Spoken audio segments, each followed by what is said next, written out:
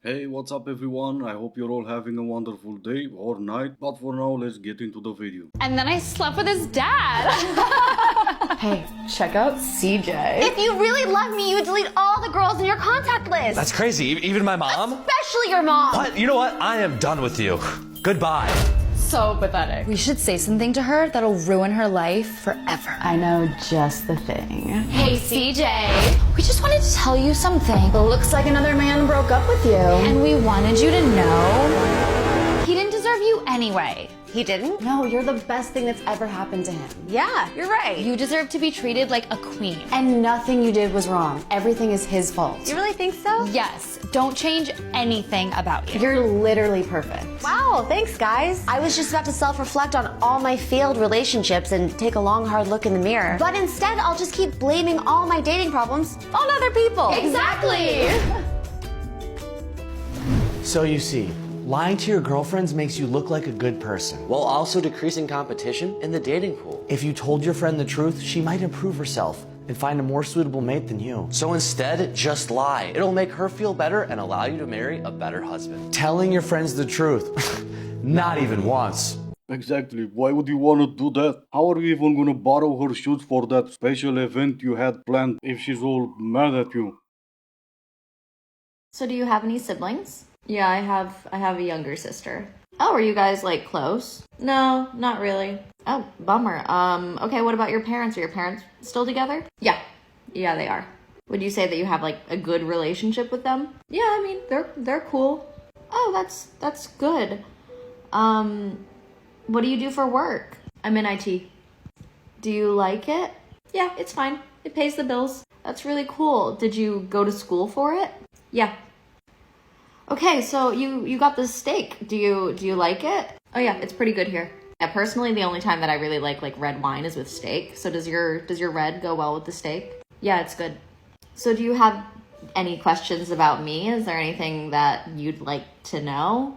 I'm not really like good at asking questions, but I'm an open book. You can ask me anything. Oh, okay. Well, if I can ask you anything, how does it feel to be insanely self-absorbed and incredibly boring? Absolutely amazing, I love it. You should know because you're way worse than I am. That was according to her every date with a man she's ever been on. And I'm guessing the moral of the story here is that men are bad at conversation. And sure, you ladies talk a lot, I will give you that. But no, just because you talk a lot doesn't mean you're a master at communication. A master communicator knows how to ask questions that will make the other person talk about anything for about an hour. Someone who is not will ask questions that is gonna get a yes or a no answer. And I'm not saying you ladies are not good at communications, obviously, but I am saying that whenever you say something, if I have to read your facial expression, your body language, and of course your mind to come up with an answer, you talk a lot.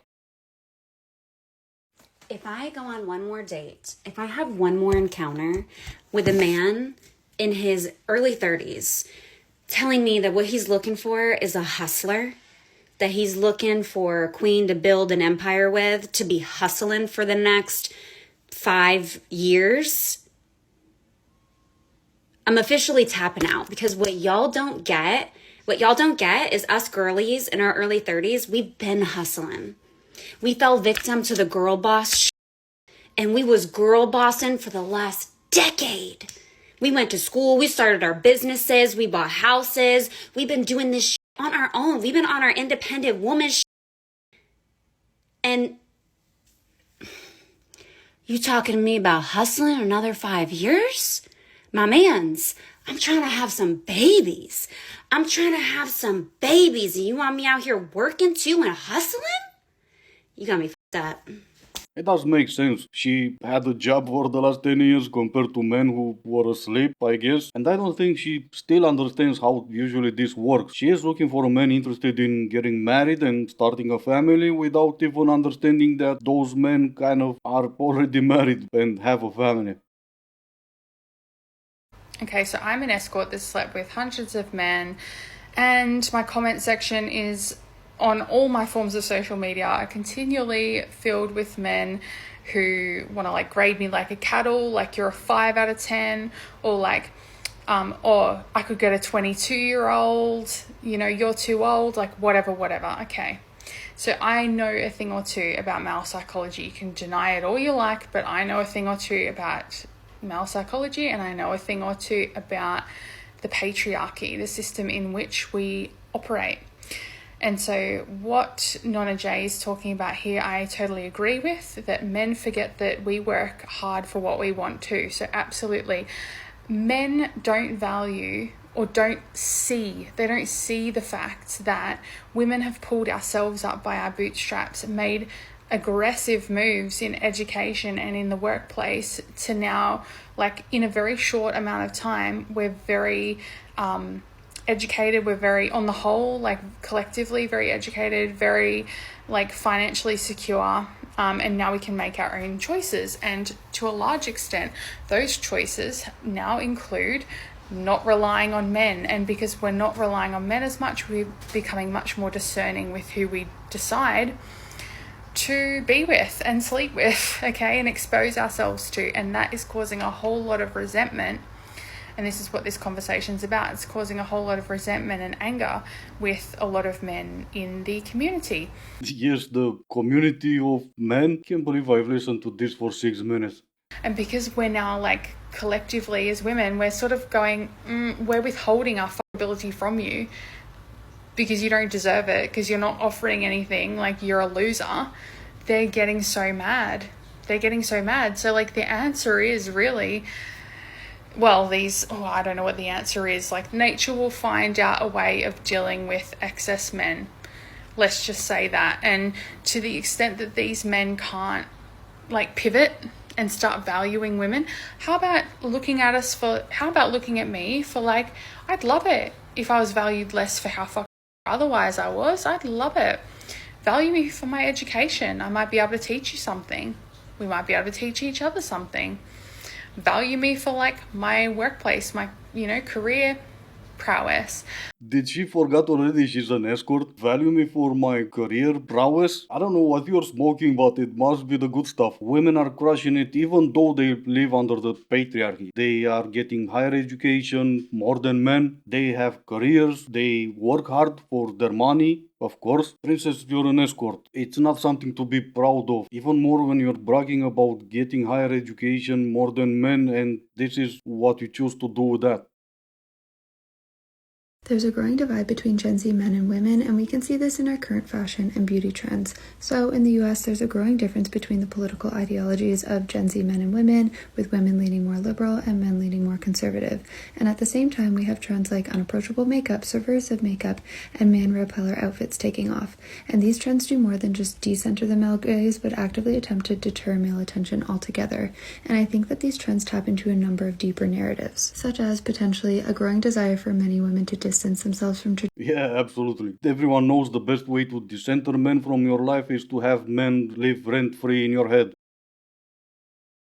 So there's a fairly new study out about women who live alone. Dr. Joe Dispenza came out with this new study who says women who live alone are just overall healthier, overall happier, more magnetic, more attractive from the inside out. The study shows that we have lower cortisol levels. I think it was 35% lower, because we all know when we're stressed out, our cortisol goes up. And when our cortisol is up, we gain weight, we lose hair, we are fatigued, all the things, high blood pressure, high blood sugar, all the bad things that we do not want. And this is all it took, just living alone. Wow. So any of you ladies who are trying to get in better shape, physically, mentally, spiritually, living alone, it looks like it might be the way to go.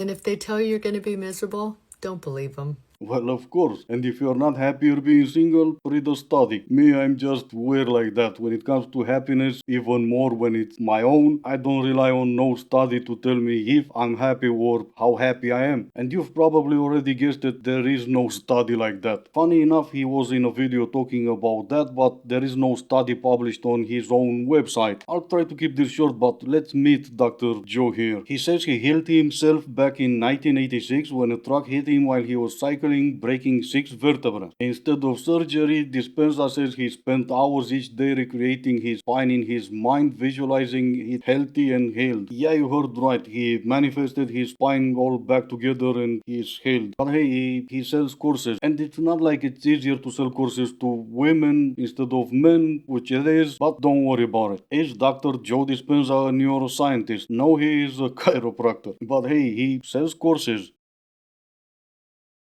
Okay, this is really interesting. So this experiment was done on a group of women who were told, we're going to put scars on your face. You're going to go into an interview and we're going to see if people discriminate towards people with scars, right? So these women have their makeup done and these fake scars applied to their face, and they get to see them in the mirror and everything. And before going in for the interviews, the makeup artists were like, hey, let me do a few quick touch-ups on your scars. What these women did not know is that they ended up removing the scars. So these women go in believing they still have the scars on their face. Well, they came out and they reported massive discrimination. They said the interviewer made comments about their facial disfiguration and that they were staring at them in a weird way and that they were definitely being discriminated against because of these scars. And what this study shows you is that if you teach oppression to a group of people, they're going to go in believing that they are oppressed and look for every reason to back that claim up, even if there was no oppression. Yep, and no one is talking about the danger of narratives that are being pushed on young women. Everyone is talking about the effect of manosphere on young men, but yet when it comes to younger women, everyone is silent. Like the previous lady, and I have nothing against her, she's just a tool to be used, but she is pushing a message without even realizing it. And she's never going to realize that or accept that, because let's face it, she needs a study to tell her she's happy. Okay, this is your quick philosophy fact of the day. An ancient Greek philosopher once said, you cannot step into the same river twice. And that is your reminder that everything in our lives is constantly changing. So even if you think that things are a bit stagnant right now and that nothing's really happening, not a lot of exciting things are happening, the change that you're waiting for and craving for hasn't arrived yet, that is your reminder that change is happening, just you might not see it yet. What if it's not? Because I'm pretty sure I can step into the same river twice, and in fact I did. It was indeed a Greek philosopher, but it's not a philosophy, it was a metaphor, and it should be treated as such. Because if you're only expecting for your life to change without doing anything for your life to change, it probably won't. Stop pretending that you want less.